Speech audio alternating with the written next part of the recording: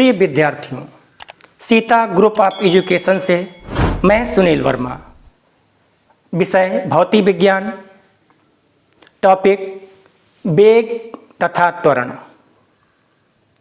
वेग क्या है, आइए इस पर हम चर्चा करते हैं। वेग, वेलोसिटी।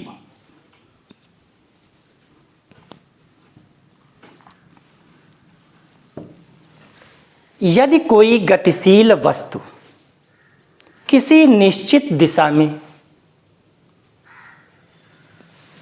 गतिशील वस्तु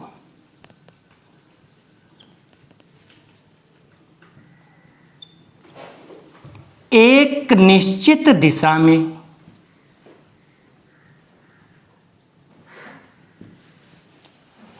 एकांक समय में जो दूरी तय करती है, तय मीन्स चलती है, इस दूरी के स्थान पर आप विस्थापन भी ले सकते हैं। तो इस प्रकार से कहा जा सकता है, किसी गतिशील वस्तु द्वारा एक निश्चित दिशा में एकांक समय में चली गई दूरी या विस्थापन गतिशील वस्तु का वेग कहलाता है। वेग एक सदिश राशि है, क्योंकि वेग को व्यक्त करने के लिए दिशा के साथ परिमाण की भी आवश्यकता होती है।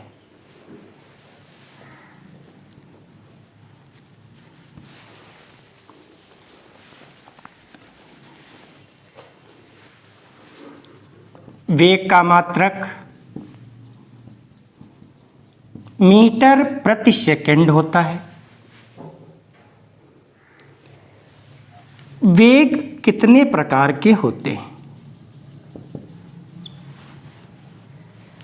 फर्स्ट, एक समान वेग। यदि कोई गतिशील वस्तु किसी निश्चित दिशा में इस प्रकार से चल रही हो कि प्रत्येक समय अंतराल के बाद जो वस्तु का विस्थापन है वह समान रहे, तो वस्तु के वेग को हम एक समान वेग कहते हैं। इसी प्रकार से दूसरा प्रकार है असमान वेग। असमान वेग में कोई गतिशील वस्तु एक निश्चित दिशा में जब चलती है तो समय अंतराल यदि समान है, उन समान समय अंतरालों में वस्तु का जो विस्थापन है अगर वह भिन्न भिन्न रहता है तो वस्तु के वेग को हम असमान वेग कहते हैं। इसी प्रकार से औसत वेग गतिशील वस्तु द्वारा किए गए कुल विस्थापन को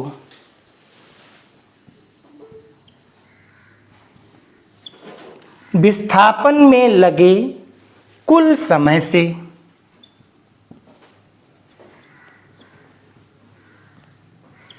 विभाजित करने पर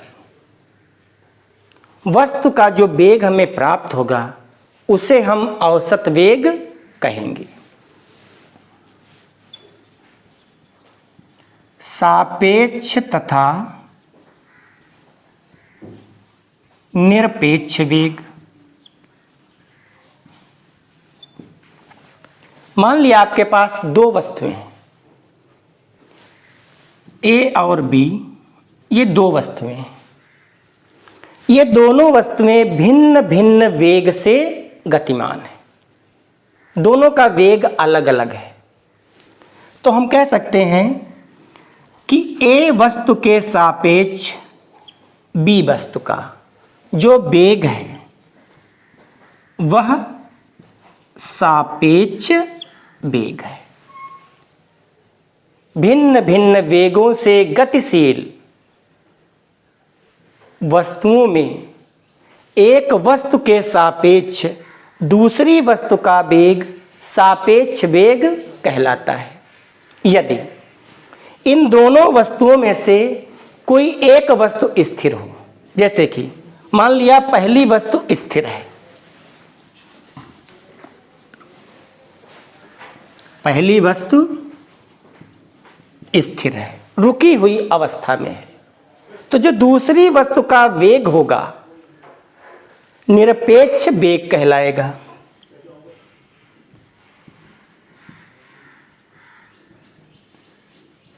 तो इस प्रकार से आपने देखा कि वेग क्या है।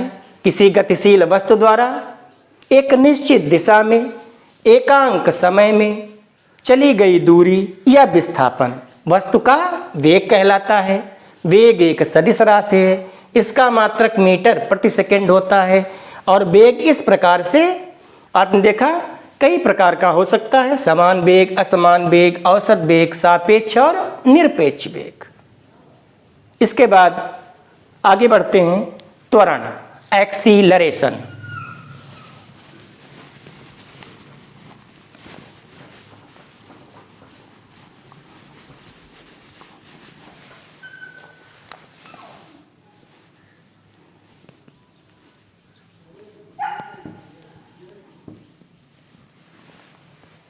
अगर कोई गतिशील वस्तु का वेग समय के साथ परिवर्तित हो रहा हो, चाहे वो बढ़ रहा हो चाहे घट रहा हो, तो वस्तु की उस गति को हम त्वरित गति कहते हैं। एक्सीलरेटेड मोशन में वस्तु को कहा जाता है। तो आपने देखा कि त्वरित गति में वस्तु का वेग समय के साथ परिवर्तित हो रहा है। तो वस्तु त्वरित गति में है और त्वरित गति वेग परिवर्तन के कारण हुई। तो जो वेग परिवर्तन हो रहा है उसकी रेट, उसकी दर को ही हम वस्तु का त्वरण कहते हैं। तो इस प्रकार से त्वरण की परिभाषा हो जाती है, समय के साथ किसी गतिशील वस्तु के वेग परिवर्तन की दर उस वस्तु का त्वरण कहलाती है। समय के साथ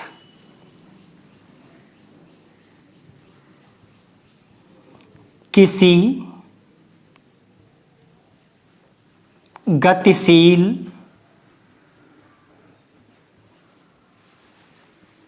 वस्तु के वेग परिवर्तन की दर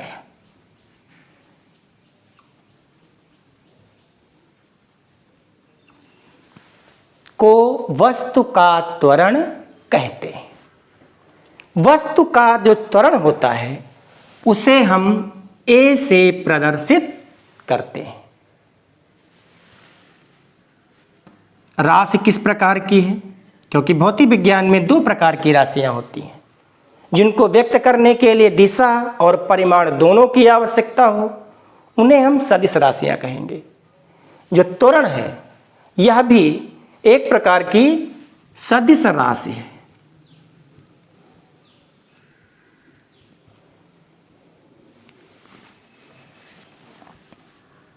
सूत्र क्या होगा? त्वरण बराबर वेग परिवर्तन बटे परिवर्तन में लगा समय, जिसको हम समय अंतराल भी कह सकते हैं।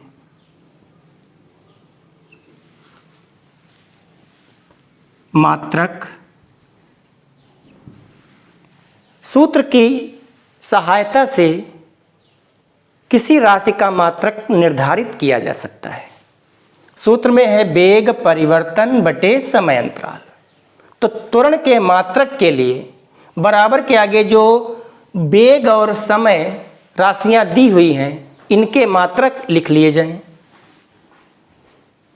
तो इस प्रकार से यमकेएस पद्धति, जिसे हम एसआई पद्धति भी कहेंगे, उस एसआई पद्धति में त्वरण का मात्रक मीटर प्रति सेकंड स्क्वायर होता है।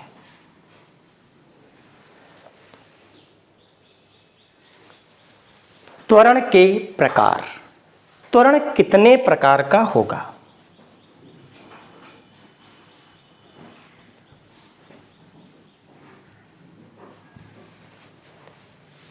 पहला प्रकार, एक समान त्वरण। कोई गतिशील वस्तु इस प्रकार से गति कर रही हो कि समान समय अंतराल में उस वस्तु के वेग में समान रूप से परिवर्तन हो रहा हो। गतिशील वस्तु के वेग में समान समय अंतराल में, वेग में समान समय अंतराल में यदि वेग परिवर्तन समान होता है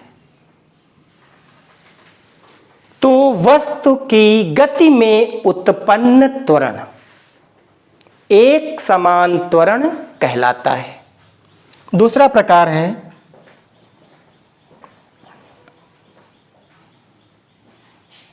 असमान त्वरण।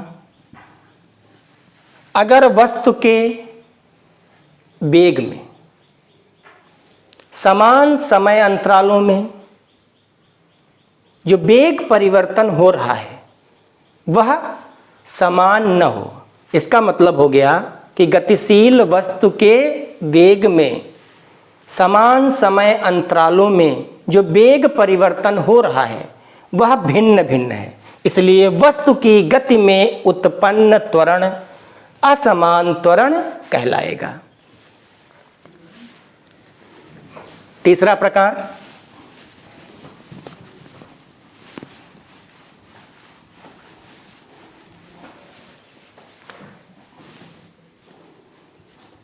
धनात्मक त्वरण, ऋणात्मक त्वरण तथा शून्य त्वरण।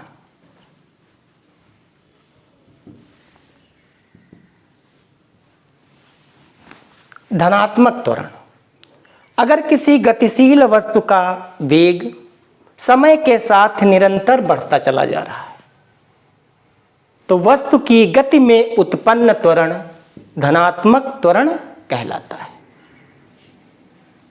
अगर वस्तु के वेग में समय के साथ लगातार कमी हो रही हो, जैसे कि कोई वाहन जा रहा है, हम ब्रेक लगा देते हैं फिर ब्रेक छोड़ते हैं, तो आप देखते हैं कि वाहन की गति समय के साथ निरंतर कम होती चली जा रही है। तो उस स्थिति में वस्तु की गति में जो त्वरण उत्पन्न हुआ है वह ऋणात्मक त्वरण होगा। यदि कोई वस्तु एक समान वेग से गतिमान है, अर्थात उसके वेग में कोई परिवर्तन नहीं हो रहा है, तो वस्तु की गति में उत्पन्न त्वरण शून्य त्वरण कहलाता है।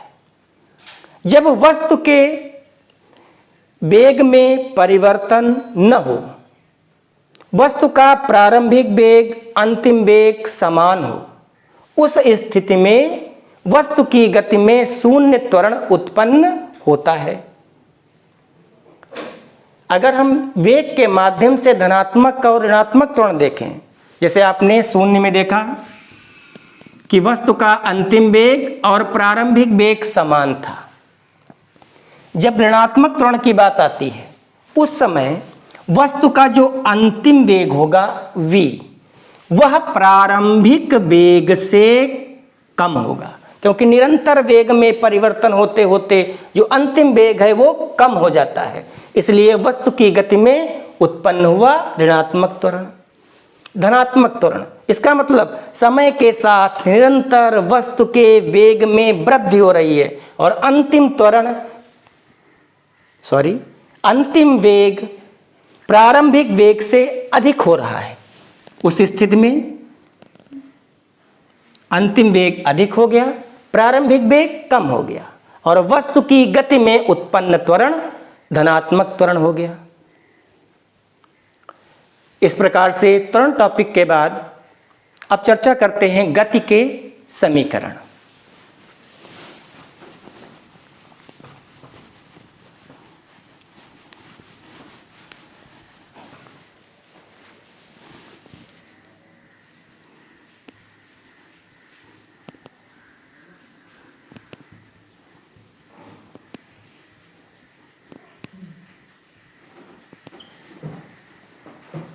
Equation of motion।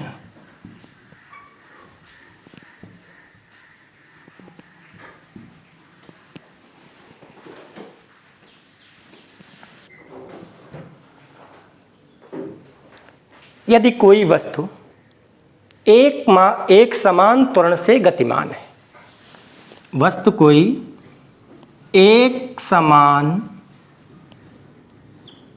त्वरण से गतिमान है, तो इस गतिमान वस्तु के प्रारंभिक वेग, अंतिम वेग, वस्तु के द्वारा चली गई दूरी, दूरी में लगे समय, इन सभी के मध्य सर आइजैक न्यूटन ने जो पारस्परिक संबंध बताए, उन संबंधों को ही हम गति के समीकरण कहते हैं। गति के समीकरणों को हम एक समान त्वरित गति के समीकरण भी कहते हैं। एक समान त्वरित गति के समीकरण भी कहा जाता है, क्योंकि इन गतिशील वस्तुओं में जो त्वरण होता है वह नियत रहता है। वस्तु एक समान त्वरित गति कर रही होती है, इसलिए इन समीकरणों को एक समान त्वरित गति के समीकरण भी कहा गया। 3 समीकरण लिए गए। प्रथम समीकरण v बराबर u प्लस at, गति का द्वितीय समीकरण s बराबर ut प्लस 1/2 at स्क्वायर। इसी प्रकार से गति का तृतीय समीकरण v स्क्वायर बराबर u स्क्वायर प्लस 2as। यहाँ पर जो ये सिंबल प्रयुक्त किए गए हैं उसका मतलब क्या है? किसी वस्तु के अंतिम वेग, किसी गतिशील वस्तु के प्रारंभिक वेग, त्वरण, चली गई दूरी, समय, इन सभी को एक निर्धारित प्रतीक दिया गया। प्रारंभिक वेग को u, अंतिम वेग को v, त्वरण को a, चली गई दूरी को s, समय को t, और इनके पारस्परिक संबंधों से ये 3 समीकरण बनाई गई। इन समीकरणों के डेरिवेशन के लिए, निगमन के लिए 2 विधियां बताई गई। प्रथम विधि निगमन की होती है गणितीय विधि। निगमन की दूसरी विधि ग्राफीय विधि।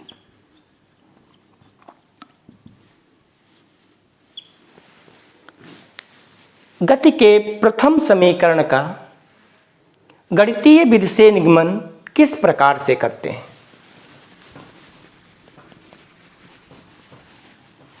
बारी बारी से तीनों समीकरणों का निगमन गणितीय विधि से किया जाए।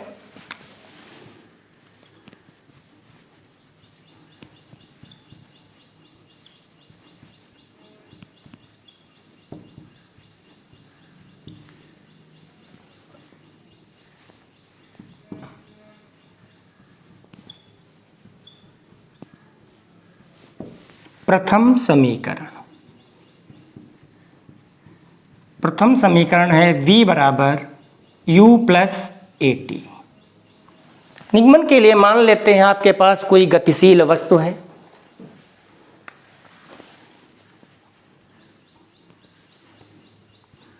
उसका प्रारंभिक वेग u है।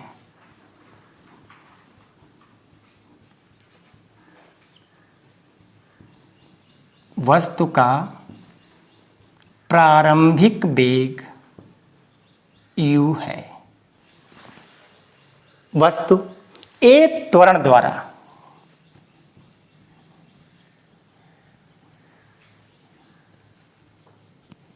t सेकेंड समय में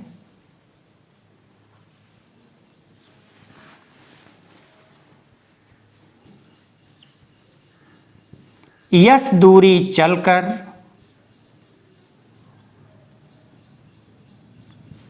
अंतिम वेग v प्राप्त कर लेती है।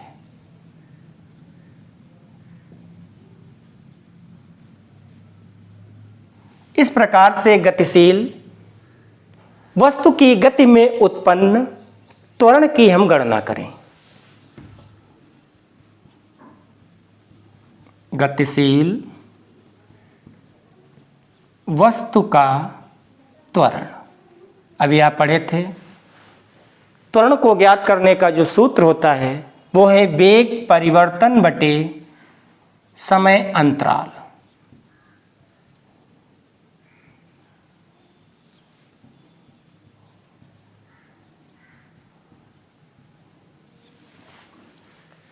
वेग परिवर्तन को किस प्रकार से ज्ञात किया जाए? अगर वस्तु के अंतिम वेग से प्रारंभिक वेग को घटा दिया जाता है तो वस्तु के वेग परिवर्तन की गणना हो जाएगी। तो वेग परिवर्तन के स्थान पे लिख दिया गया अंतिम वेग माइनस प्रारंभिक वेग।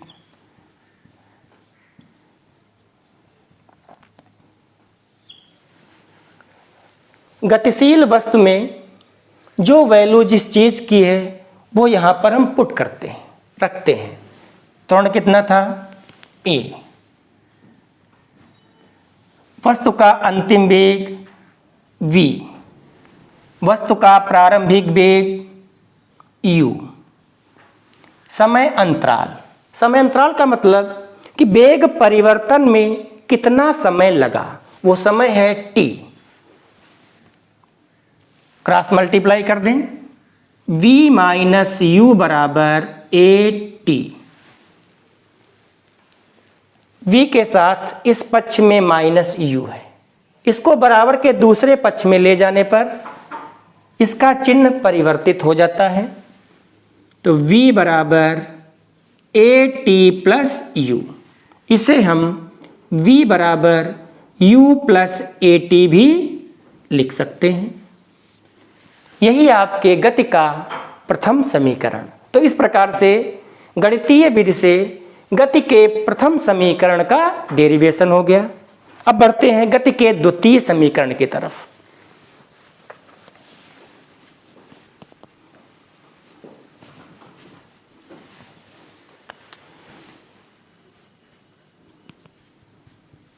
द्वितीय समीकरण का निगमन किस प्रकार से किया जाए? द्वितीय समीकरण s बराबर U T plus 1/2 A T square.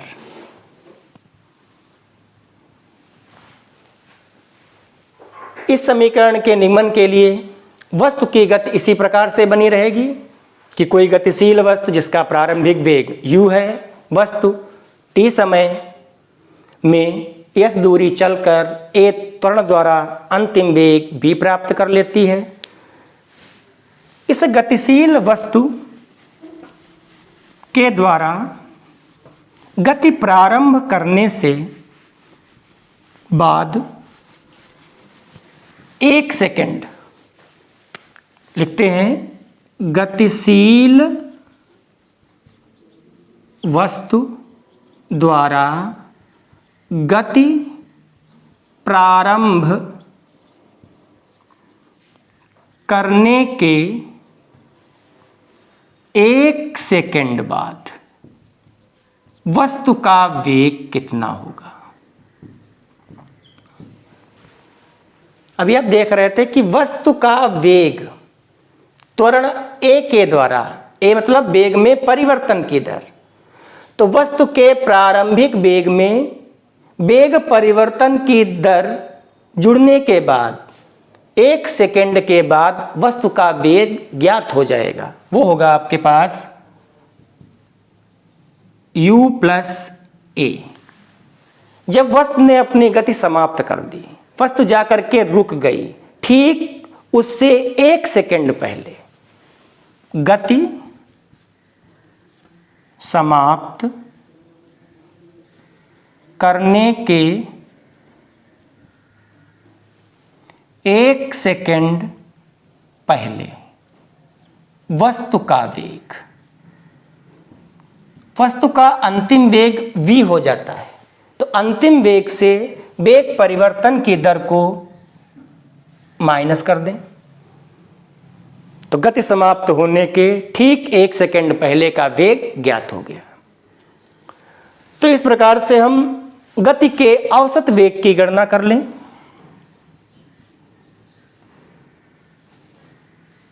गतिशील वस्तु का औसत वेग, दोनों वेगों को जोड़ दें, u plus a plus v minus u बटे 2। ये प्लस और ये माइनस कट जाने के बाद u प्लस b बटे 2, ये गतिशील वस्तु का औसत वेग आ गया। गतिशील वस्तु नियत त्वरण a के द्वारा गतिमान है। अगर वस्तु की गति का त्वरण नियत है तो वस्तु t सेकंड समय तक इसी औसत वेग से गति करती रहेगी। इसे लिखेंगे, वस्तु नियत त्वरण से गति कर रही है,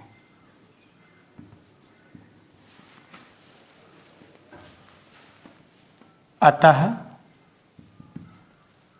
t सेकंड तक वस्तु औसत वेग u प्लस b बटे 2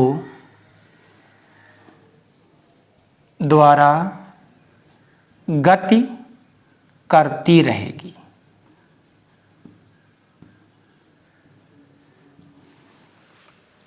इसके बाद गतिशील वस्तु के द्वारा चली गई दूरी ज्ञात करें।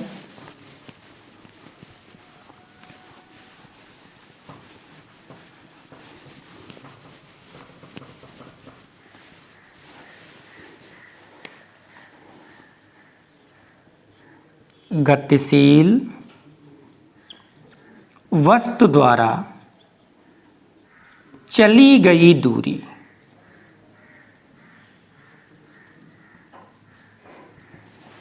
को ज्ञात करने के लिए वस्तु के औसत वेग को समय से गुणा कर दिया गया। फिर हम दूरी, औसत वेग, समय की वैल्यू पुट कर दें। दूरी है s, वस्तु का औसत वेग है u प्लस b बटे 2, वस्तु की गति में समय लगा स्मॉल t। गति के प्रथम समीकरण से v का मान हम रख देंगे।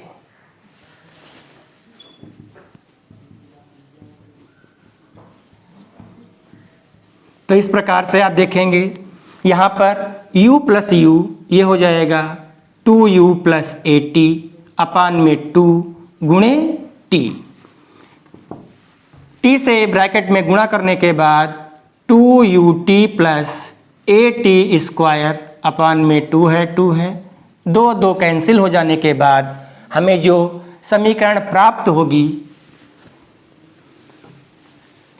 यस बराबर ut प्लस 1/2 AT स्क्वायर, यही गति का द्वितीय समीकरण।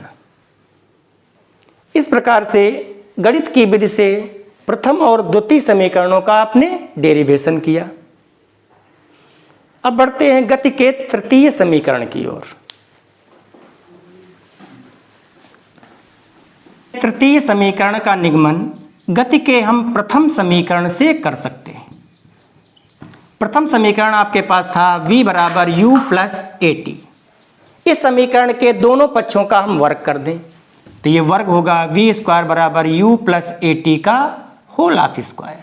सौरभ समीका a प्लस b के होल ऑफ स्क्वायर से इसका विस्तार कर दें तो v स्क्वायर बराबर u स्क्वायर प्लस 2uAT और अंतिम पद का वर्ग a स्क्वायर t स्क्वायर। अंतिम दो पदों से 2a कॉमन ले लें, u स्क्वायर 2a कॉमन लेने के बाद अब बचेगा ut। अब अंतिम पद में 2a आपको दिखाई नहीं पड़ रहा तो कॉमन लेंगे। कॉमन लेने का मतलब है उस पद को 2a से भाग करना।